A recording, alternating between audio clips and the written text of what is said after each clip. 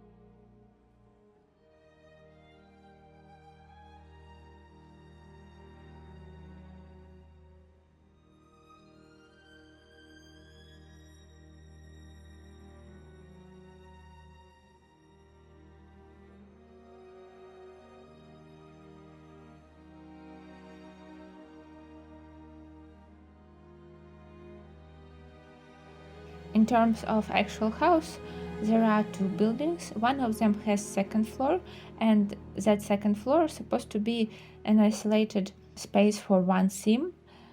In my household that I play with, it's a space for the sister of like a man of the house.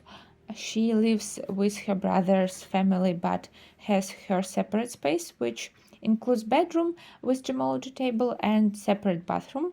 I'm planning to lock the door in that space for everyone but Sims who's supposed to live here, so nobody would try to eat their food sitting on her bed or wash a child in her bathroom.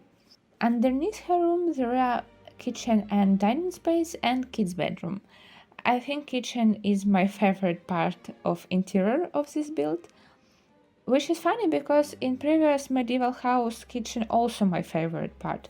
Just looking for inspiration online for these very old kitchens makes me think outside of the box and create more unusual layouts.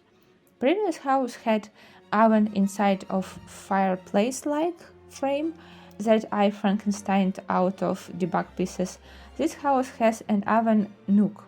Kids' bedroom really small. It honestly looks more like converted closet space, or not necessarily closet, just storage.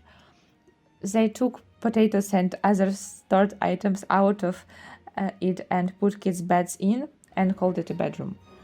And the master bedroom and family bathroom are in the second building along with seance table. I feel like it's the most random part of this house, but yeah, the father of this family is Ghost Hunter. Ghost. I meant to say Ghost Hunter, not Goth Hunter. He doesn't hunt goth, he hunts ghosts. But he could be hunting the ghosts of Goth family, which would make him both Ghost Hunter and Ghost Hunter. Or paranormal investigator, I think that's how it's actually called in the game. Kitchen and master bedroom have hidden light in them. It's light from Snowy Escape debug. It works off the grid and gives off this warm yellow glow. I don't remember if I mentioned it or not, but this house is fully functional off the grid and you can gather water in the pond also to help you with that. And I also put patches of dirt for growing crops so your Sims can grow their own food. And there are also cow and chickens and bees. I really rarely play with bees, but I felt like this family would have their own beehives in addition to other animals. I think it's all about this build. Next time I want to try and build something for several families, like a small street of houses with joint farmland maybe. I play with 15 sim household, 15 max sim household. I don't have 15 sims in every household I played with. I just changed the max number of sims per household from 8 to 15, so I can have more than one family living together. But it is chaos. Honestly, anything more than 6 sims at a time, it's chaos. They mostly on their own at this point, and the amount of phone calls is insane. Anyways, I also would like to try to build public lots for this world, but I actually have no idea what public spaces to build for medieval times. Medieval inspired. Historical accuracy not in the room with us. It may be on the same planet. Maybe. The only one public space that I can think about is church and the pub. 2 public spaces. That's all. I need more ideas. Please help me in the comments. And also I would love to read what you think about this build. And it's all for this video. If you like it, don't forget to leave a like, comment and subscribe to the channel. Have an amazing day and I see you in next one. Bye!